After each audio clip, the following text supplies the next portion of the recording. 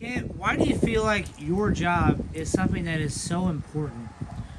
Well, as a media relations director, the media is one of the main conduits from our teams and our programs and our players and our coaches to our fans. And our fans are critical to our support, being there when you win, being there when you lose, supporting us in a lot of different ways. And so we're that pipeline that can help make the stories happen, make the coverage happen. We try to put positive spins on things. That's our job as a PR staff, is to try to find the positive stories to put our athletes and coaches in the best light possible. But part of it is really just being able to be that conduit and be that in between the media and our coaches. Our coaches and athletes have very strict schedules, and so they don't.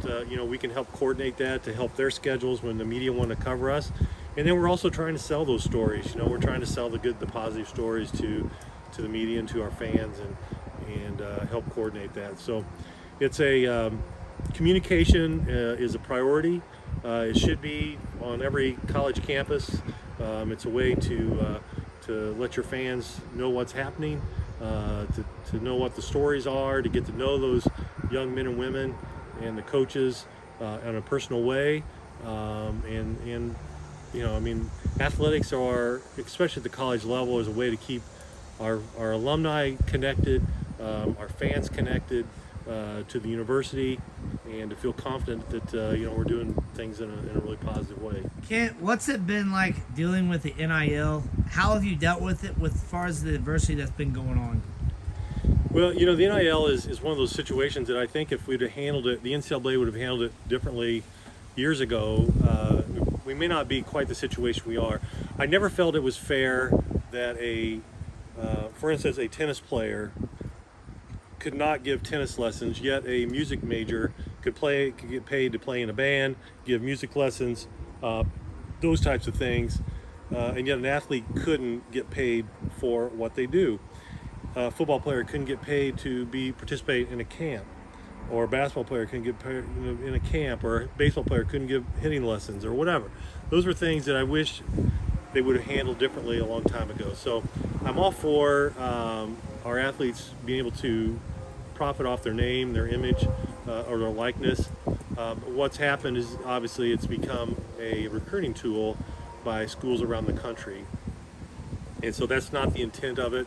It became where what can people offer? What can schools offer different athletes to come to their school? And so that's unfortunate. That's not where we want. And I think we all hope that maybe there's going to be some national legislation at some point to put some guidelines and some guardrails to kind of reel this back in a little bit, to make it fair for everybody, so everybody's playing by the same rules on it. From a media standpoint, I don't deal directly with much NIL. We do have some of our athletes who over the last couple of years, the last year or so, have contracted with maybe media outlets for more specific interview requests and things like that, and there's nothing we can do about that, and that's kind of the way the world is these days. So I do think that we'll get to a point where it's probably palatable for more and more people, but it's certainly such a change in how the rules have been set up for all those decades, when we used to be worried about a athlete carrying away an extra cheeseburger from the food line, and now they're being paid thousands of dollars to show up for different appearances or things like that, and which good for them. It's just such a abrupt change in the rules. The bond that you have with the press reporters, what is that like? Well, over time, I've gotten to know a lot of our reporters on a personal basis as well as professional basis, and I do think that I hope that most people that cover us understand that I'm trying to be fair. I try to be fair for everybody. Having grown up in a small town, a small community, I'm very partial to media outlets of all sizes. But I do hope that people understand when I'm dealing with maybe the Chicago Tribune is going to be differently than how I deal with the the Mattoon Journal-Gazette, and so because of the size of the paper, right? And so I try to be very fair with those. I think that the media that have covered us and who I've gotten to know understand that I have a job to do, and oftentimes I can't divulge all the information that I have, all the background information I have. And I also know that the media who covers, who may have sources where they're getting information, I'm not expecting them to divulge that to me. So we have to have play that little bit of a balancing act, that we both understand what our jobs are and what our roles are. I've always tried to be very helpful to the media to do their jobs, because I know they have a very tough job, and I hope they understand and respect the job that I have on my side of it. So as far as the radio broadcasters, Brian Barnhart, Dion Thomas, everybody along the ride with football and sports, what's your relationship like with them? Well, I work pretty closely with Brian. Brian covers both, with both football and basketball. Dion is one of our basketball analysts, along with Doug Altenberger, and then Martin O'Donnell on the football side. And before that, it was Kirk Kittner. Before that, it was Jim Grabowski. And on the basketball side, we've had Stephen Bardo, and we've had Jerry Hester, along with Dion and Doug. And so, we work very well together. I'm providing information again. I make sure they have our notes, and make sure they have the opponent notes for background. We'll go to dinner a lot together, spend evenings together on the road. Spend a lot of road trips with a lot of those guys, and so got to know them very, very well. And I always tried to make it easy on them from a credentialing, so they didn't have to worry about credentials or parking passes and things like that, so they could do their jobs, come in and do their jobs in an easy and slick manner. I think I have continue to have good relations with all those folks off the airwaves, and understand that they do a lot of hard work. There's a lot of research and a lot of work that they do to get ready for those games, and so whatever we can do to help them do that, because it helps us. How they present the game is helpful for the University of Illinois. Describe what it's like traveling with the team and being on the road.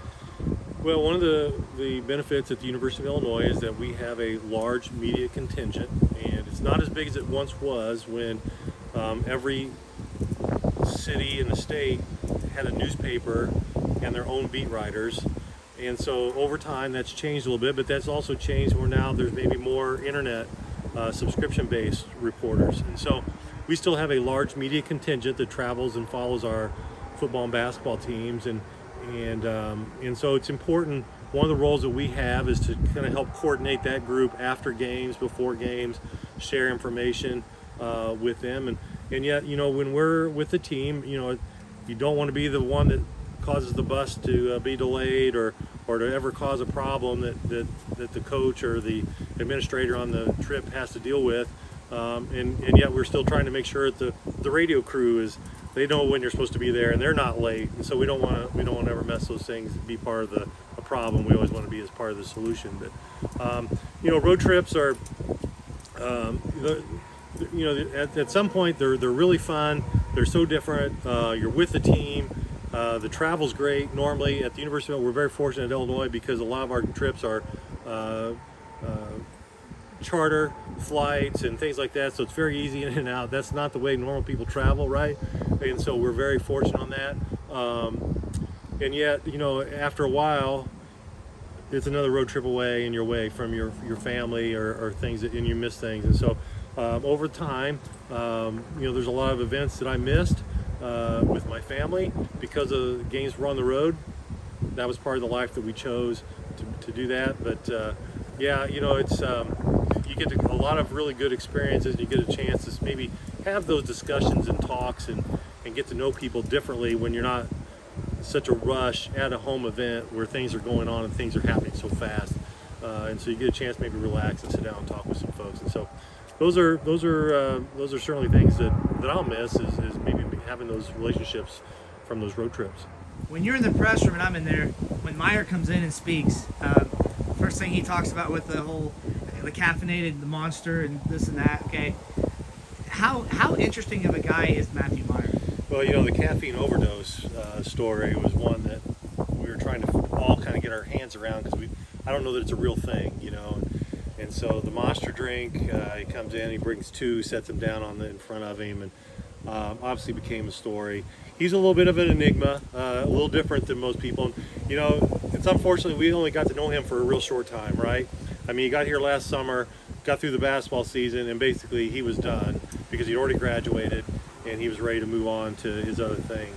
But you know, one of the things that I've taken in my position is, you know, we're dealing with sports. Usually it's fun. We're trying to have fun stuff, and so when fun opportunities or things like that happen, I see no reason to shy away from it. Why not just grab onto it, enjoy, and have fun with it? And so Matt Meyer, when he did that, he was having a good time. I enjoyed that. You know, I'll tell you another story. Back in the mid 90s, in 1994, Dana Howard was a All-American linebacker as a junior, Defensive Player of the Year. He comes back as a senior. We're promoting him for the Buckus Award. And so at that time, it was before video conferencing and all this, we did a teleconference every Monday with Dana so that the visiting media, whoever we were playing, the other team, the opposing media could talk to Dana at a regular time. It was helpful for him. It gave him knew for half an hour every Monday. He was committed to it. Our media and the other media around the Big Ten knew they could get a hold of Dana.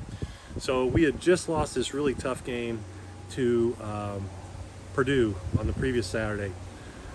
Ken Dilger catches a pass, gets tackled at the half-yard line by a 5'9", 150-pound defensive back.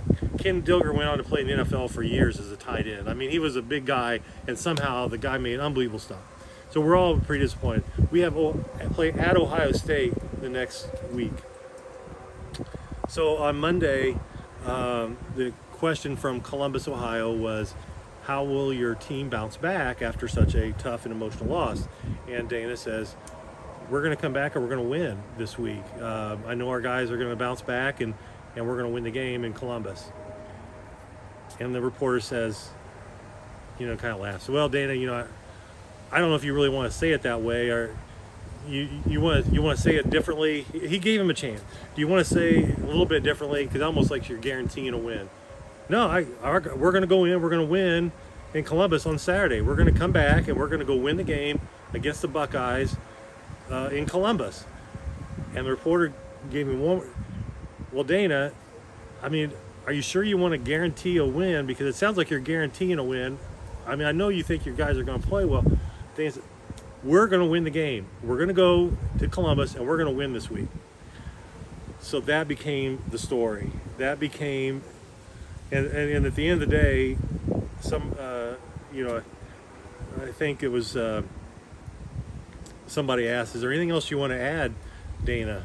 And I think I finally just said, I don't know what more he could say than what he's already said. Okay, and that was kind of how we ended the day, because I was like, I don't know what more can Dana say than what's going to happen. Well, we go on. Dana plays an incredible game. He has 14 tackles, an interception, a fumble recovery, and Illinois wins at Columbus in the Horseshoe. And basically, Brent Musburger claims him to be the Buckus Award winner. This is like 5 games into the season, and he's already claimed that Dana's the Buckus. There's your Buckus Award winner, and Dana won the award that year. But I just remember my line was, I don't know what more you could say at this point, guys. That'll be it for the day and into the presser. So sometimes you just have to understand, you know, sports is a lot of fun, and sometimes you got to have a little bit of humor that goes with the seriousness of it. Zero Monsters, I'm still in recovery, but you know, it's a great product. You just have to drink responsibly, you know what I'm saying? Well, I guess. What do you think of the current status of the Illini men's basketball program? Of course, the more and more tickets are being sold. The program is on the up and up with Coach Underwood, the players, the young, learning from the older. How do you feel like the current program has adjusted so well? Well, you know, when Brad started, it was a transition time, right? And so he had to really build. And, you know, he's gotten us into a position where we're going to be very competitive every year. It's rebuilding the roster, though, and re-recruiting the roster nearly every day because of the transfer portal opportunities afforded athletes these days. So one thing that the Brad has that is experience at a junior college where you have to do that. You have to rebuild your roster every year at the junior college level because those guys are coming in and going so quickly. I know that I don't think none of us, we'd rather do it differently where you have your guys there for 4 years or 3 or 4 years and build around those. Those days are gone, and so we have a coach who knows how to make it happen and how to fill it. He seems to be very flexible in the system. I'm excited every year to find out what we have and what Brad and his staff are able to put together and do it. I always feel very confident that we're going to be very, very competitive. And if you look over the last 4 and 5 years, we have been extremely competitive at the top of the Big Ten. Did we win every game or every year? No, but we've been in the hunt going into that last week every time, and that's about what you can ask for. I think the years of dominance and being able to dominate leagues are probably over. Purdue's on the with Edie, and they have their entire team coming back off a really good team last year. They could put it together, but I don't know. Can they do that every year? And how long does he?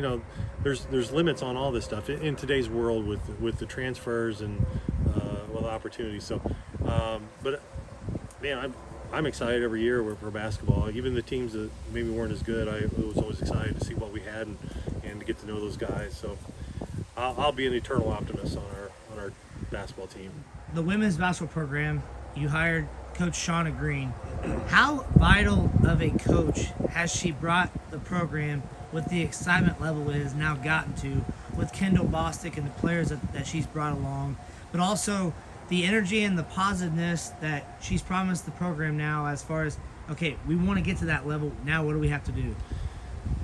Well, Illinois women's basketball has been the biggest enigma to me over the last 35 years of any sport that we have. I think we have everything that you could ask for in terms of the facility, a state with great players, a state with great coaches that develop players, a great conference. We have television coverage. We have a great fan base. We have everything in place. And other than the period when Teresa Grintz won our only Big Ten title in 1997, went to the Sweet 16 in 97, 98.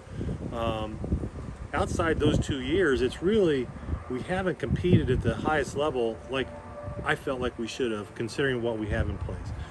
And so Shauna, after 1 year, has shown some real promise to maybe get us in that spot. Big Ten is incredibly loaded women's basketball. We see what's going on at Iowa. Ohio State is fantastic. Michigan has had some great teams in the last few years. Northwestern has been very productive. Minnesota had a great run. Penn State has had a great run. Rutgers has had some great teams. Maryland is considered one of the top teams in the country each year. We're adding 4 teams from the West Coast that are all very, very good. And so we have got to have a coach in place that can compete at that level. And Shauna, I totally believe that it can, and we'll be able to put the pieces together. Recruit the state of Illinois, the best players. She's also been able to extend that a little bit. She's used the portal to bring in some players. She's really put us in a spot where we can be competitive. And so that's one of the most exciting things I've seen is that, the difference in just one season, what she made to this program, and really injected a lot of life into it. You can see it from our fan base. And so I think that'll continue to go even better. All right, once again, appreciate everybody coming today for an exciting introduction. We'll go ahead and start with Director of Athletics, Josh Whitman. Well, good afternoon, everybody, and it's just fantastic to have all of you here. Thanks so much for taking some time to celebrate an incredibly special day in the history of our women's basketball program, and I know it means a lot to Shauna and her family to have such a great turnout today, so thank you very much for being here. The right person, without question, to do that for us is Shauna Green. And so on behalf of Chancellor Jones, who's traveling today and sends his regrets, the entire University of Illinois, we want to thank Shauna, her husband Andy, their son Mateo for trusting us, for wanting to partner with us, and for wanting to embark on this journey with us. We're incredibly excited about the future, and it gives me tremendous pleasure to introduce you to the 10th head coach of our Illinois women's basketball program, Shauna Green. Well, thank you, first off, for everyone that's here. This is an unbelievable turnout. Now you guys all have to come to games every time and get like 20 people to come with, because I'll get to that later, but we have to get this place full. So thank you. It's a new era for Illini women's basketball, and Green has big goals for the program. We're going to do things as hard as we possibly can every single second of every single day, and that is our one way, and that is the only way to get to where we all want to get to where Josh said there's something hanging up here. We need something hanging up there. It's too big of a dome or whatever you call it to not have anything women's basketball hanging up there. So that is going to be our mission. That's going to be my mission every single day.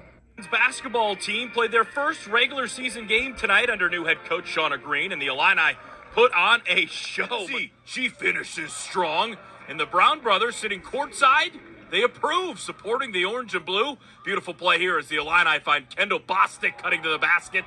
She lays it up and lays it in. Bostic had a game-high 16 points and 11 rebounds as Shauna Green gets her first win with Illinois as the Illini defeat LIU 75-40. What's it like having Caden Fagan from Arthur Lovington, him now at Illinois playing under Coach Bielema, and a generational type talent in Caden Fagan? What's it like having him at the Illinois program now?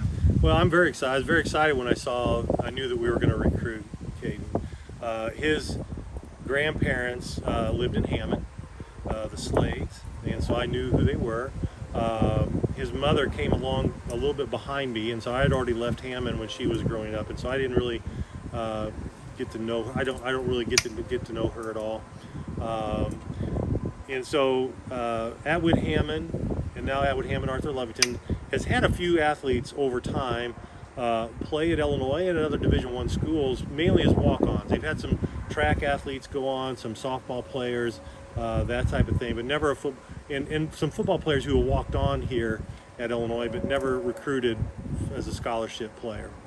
And so 3 years ago when he was, or 4 years, 3 years ago or 4 years ago when he was a sophomore in high school, I was talking to Pat Emmleton, who's our recruiting coordinator, and I said, Pat, give me a recruiting tidbit. Give me something going on. He goes, yeah, I think we found this kid from this little school, Arthur Atwood Hammond. And I was like, wait a minute, that's my school, Arthur Lovington Atwood Hammond.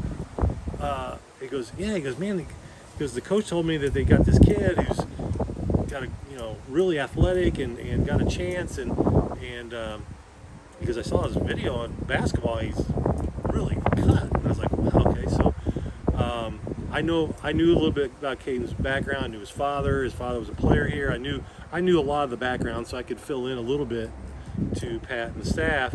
And so I watched him play a basketball game in St. Joseph during a basketball tournament. He was a sophomore. Ty Pence is playing in that same game, who just signed with Illinois State. I've never seen so many dunks by two sophomores in high school, a small school, ever. But Caden caught a ball underneath the basket, two hands, and just went up as easy as I've ever seen anybody go up and did a two-hand dunk, just with ease. And I'm like, holy crap, he is an athlete. And he looked like he was a 27-year-old bodybuilder. I mean, he was already at 16, looked like a man, and so he is just growing on that. So I'm very excited to see where he's going to go. I know the people in the community are excited. I was just back down there a couple times this summer. They're all following him very, very closely. They want nothing but success for him.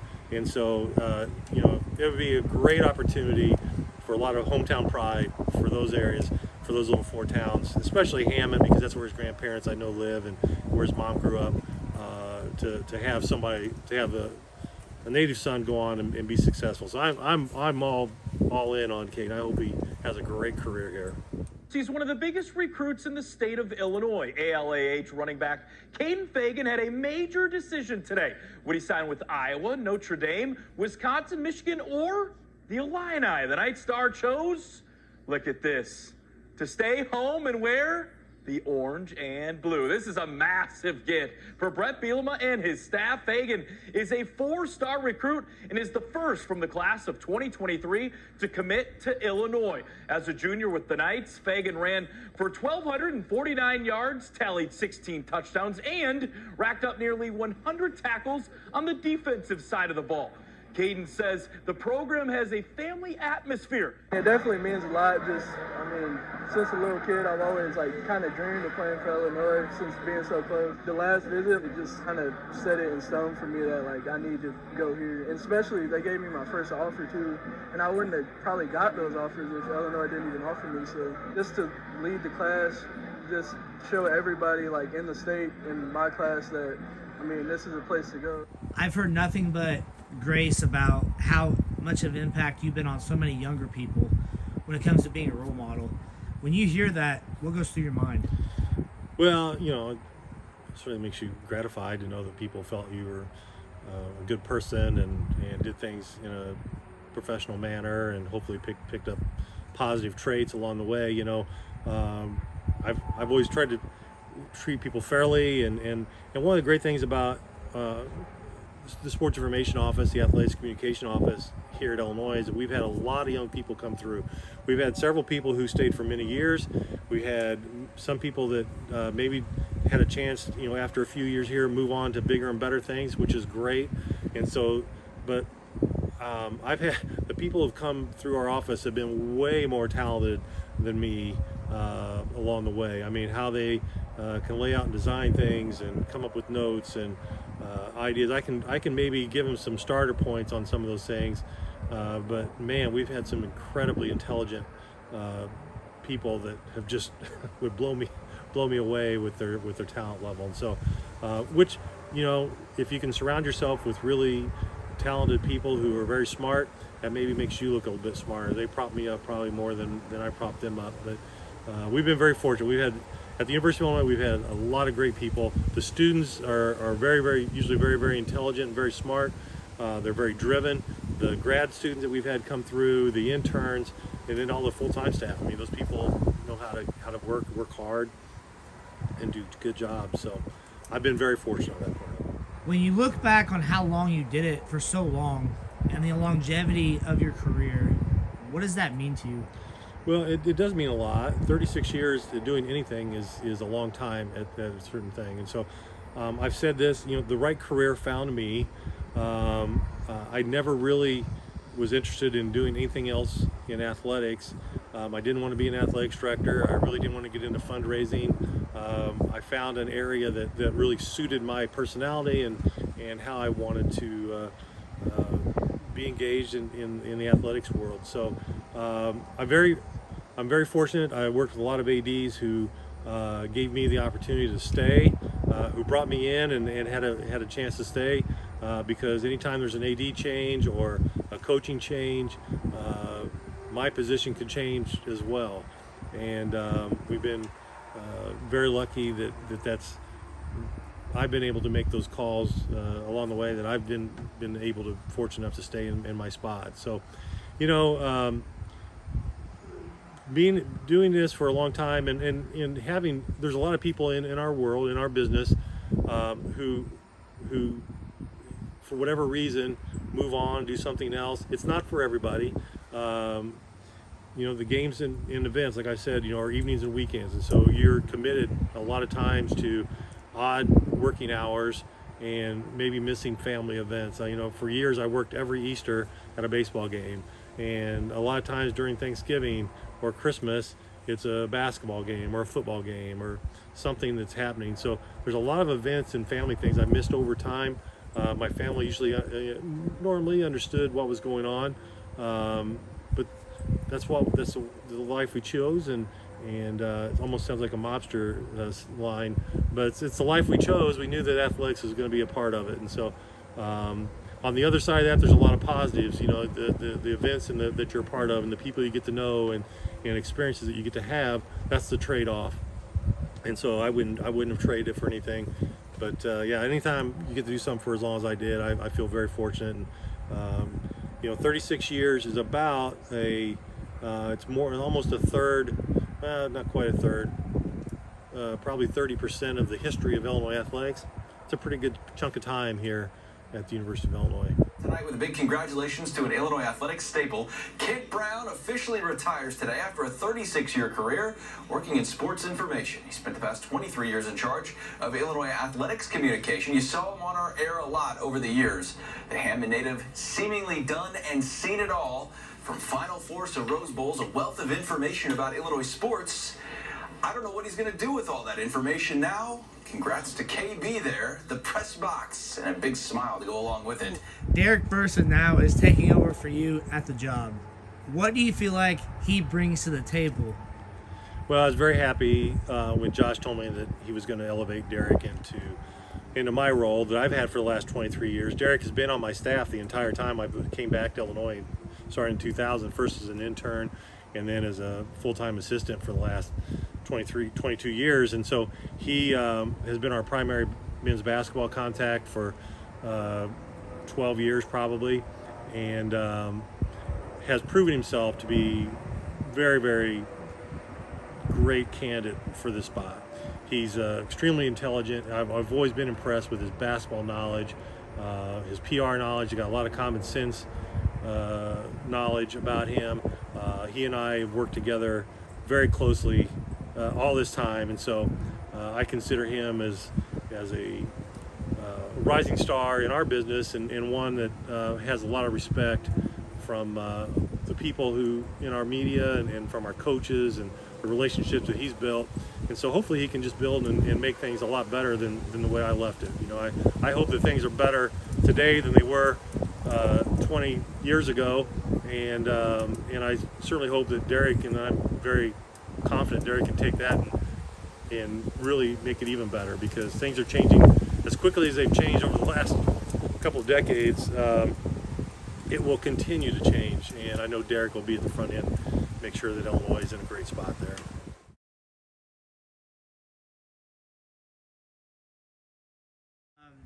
Who would you like to thank for everything that's gone on? Well, you know, that list is long and too long to even start down that road. But there are people who really helped me figure out where I wanted to be and what I wanted to do. From when I was in college, like I said, Tom Kasich from the News Gazette was a journalism professor or instructor who, when I told him I didn't know if I wanted to be a writer, a reporter, but yet I wanted to work in sports, and he suggested maybe sports public relations, and suggested I go talk to the sports information director, Tab Bennett at the time. And so Tab Bennett and his assistant Dick Barnes hired me as a student, as a senior in college, and gave me an opportunity as a grad student. And so 2 years in grad school, which I had a chance to work with the Flying Illini, and had a chance to work with Lou Henson and John Makovic and folks like that. Gave me a chance when a full-time job came open 2 years later, and Mike Pearson was our SID, to move me into a full-time role. And so that opened the door for me. And then, you know, as I was into that for a while, the opportunity that I had at Kansas State, Max Urick was the AD there at the time, and Max brought me in and gave me a chance to really build a staff and build an office, because I was really starting from scratch in a lot of ways there. And so to take advantage of that opportunity, which brought me back to with Ron Gunther when the job opened back at Illinois. And so Bill Self came on board soon after that, and to really the relationship to build with a coach like that was something I had never done. We were about the same age, and so we had a lot of things in common, and so got a chance to know him much on a personal basis as much as a professional basis, which led into Bruce Weber. And so Bruce and I had a lot of things in common, personal experiences in life that drew us together and very close. And then, you know, Josh Whitman having a chance to move in as the AD. And so I got to know Josh as a player, very shortly as a player. He came back after his pro career and worked in the department while he was going to law school, and I got to work with him on a regular basis. And remember thinking at the time, Josh may be the smartest person I know. He's 25 years old, and he may be the smartest person that I've ever met. And he goes away, gets back into a Division III schools in AD, and when the job opened here, there were many of us who felt if Josh just could get in the room for an interview, he will blow them away, and he's got a real chance to be that job, into this job. And he did. They gave him a chance in the room, and he blew him away, and he is now what I consider one of the top ADs in the country. And the future is incredible for him, which means the future is incredible for the University of Illinois. So the coaches and many of the athletes that I've had a chance to work with and engage with and get to know over the years, the Illinois fans who I've gotten to know, many of our donors, I get to touch the lives sometimes of some of our top donors just for a minute, experience what some of our top people get to live, and I come back to my reality. But my family has been incredibly patient, knowing that there's many times that I was going to miss an event or be late or whatever, had to work around because of the job schedule. So it's a very unique profession. It's one that's very rewarding. Athletics is a lot of fun. It can be very hard work. It can be oftentimes difficult in terms of when people lose their job, and then all of a sudden you're in a room with somebody who just got fired, and you have to try to figure out how to talk to them and get them through those situations. So there's a wide range of experiences that I've had that's given me a chance. So I've been very lucky and very fortunate over the time. I wouldn't trade any of those experiences for anything, and I'm looking forward to my next steps in my career, which is right now I'm writing a book. I'm also working going to be as a class instructor and adjunct professor on campus, and so it's I got a lot of things left in life to get done. You did an outstanding job. I appreciate you taking the time with me to tell all the stories regarding everything you went through, but also we wish you the best of luck with your future endeavors. Thanks, Tyler. I didn't tell you all the stories, but I told you some of them, and that's one thing I've taken with me is a lot of really fun experiences and stories. I do like to share them whenever possible. They're fun to talk about and fun to remember. Tyler, I wish you nothing but the best moving forward. You got a good base of followers, and I know that that'll continue to grow as you move through your career.